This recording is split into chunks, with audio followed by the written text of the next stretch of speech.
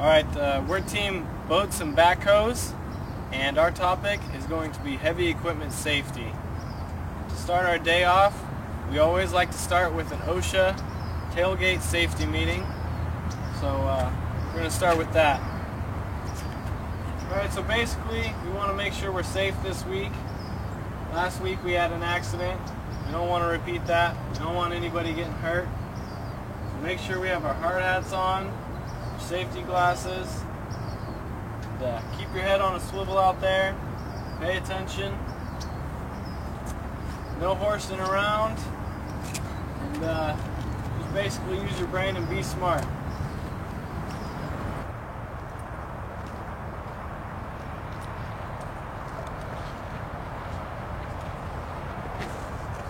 It's important to know on each job site where the trailer is.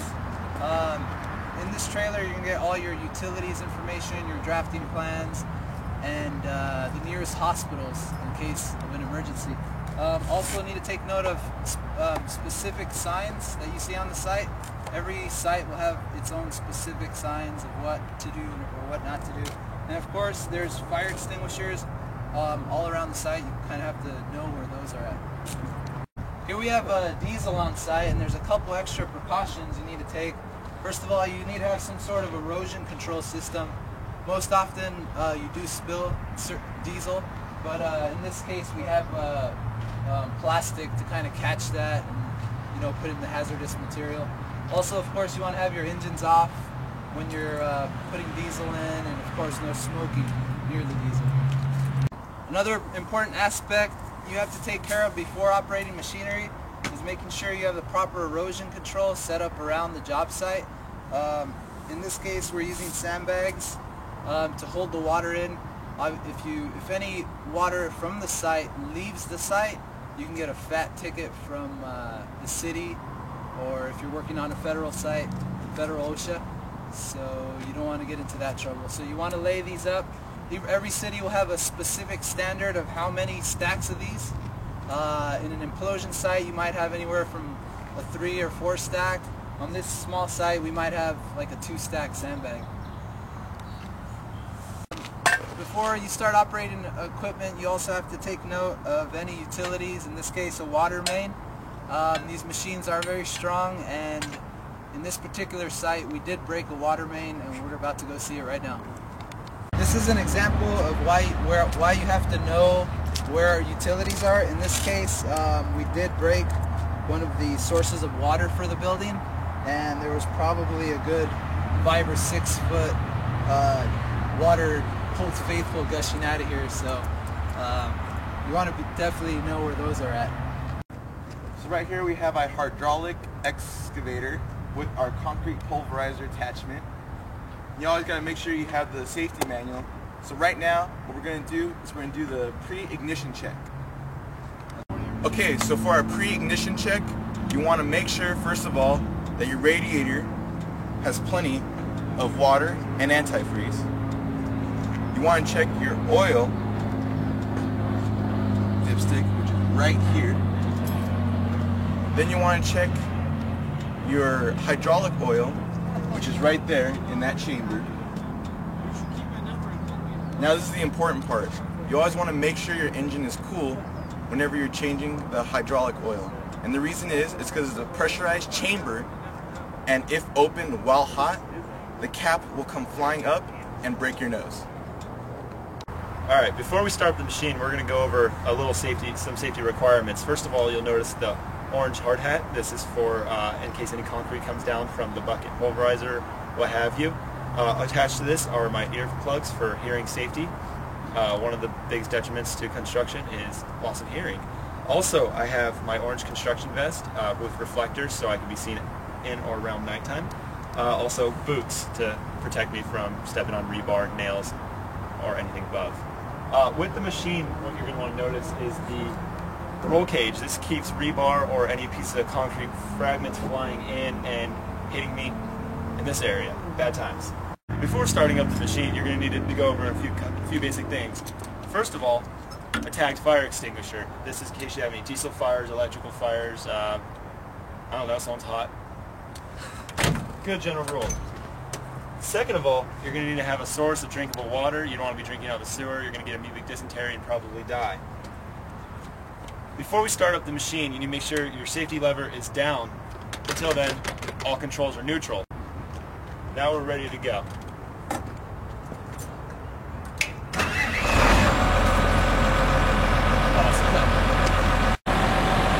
One other thing we want to mention is make sure to read all your safety labels.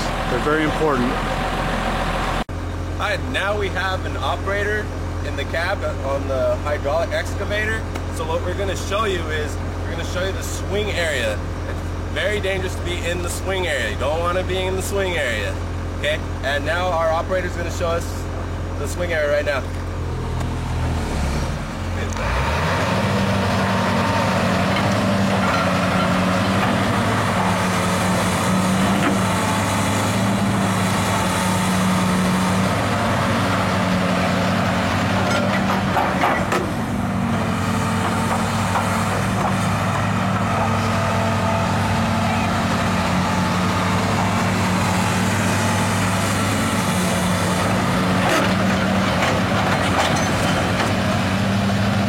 Now that we determined the swing area, we don't. Hey! Excuse me, sir. Hey! All right, sorry about that. We had a crazy ass guy on the field on the side. All right, so we just determined the swing area. We don't want anybody in there. Seriously, it's very dangerous. Don't be in there.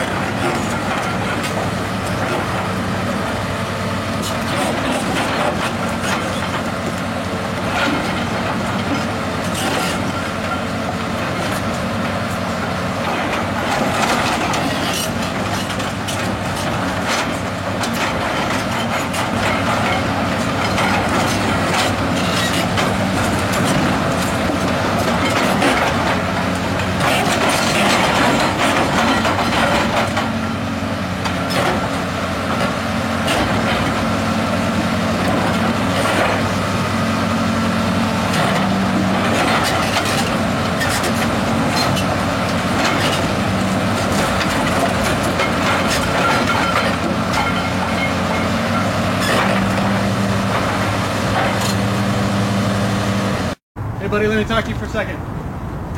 Sure, what's the problem? From the AQMD, all the concrete you're just busting up right now, you're sending a lot of cilia in the air with all of the, with busting up that concrete, creating way too much dust. We need some kind of erosion control. What do you have? I understand. Someone on dust control, Chad. Got it under control. Boats and backhoes on the way. Woohoo!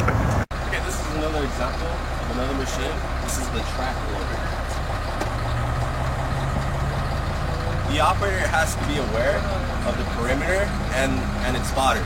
There's usually one or two spotters on the track loader. It's very dangerous, it's very faster, and it's very powerful. Nobody can be standing on the bucket. I'm just doing it for example right now. Just don't do it at home. Okay.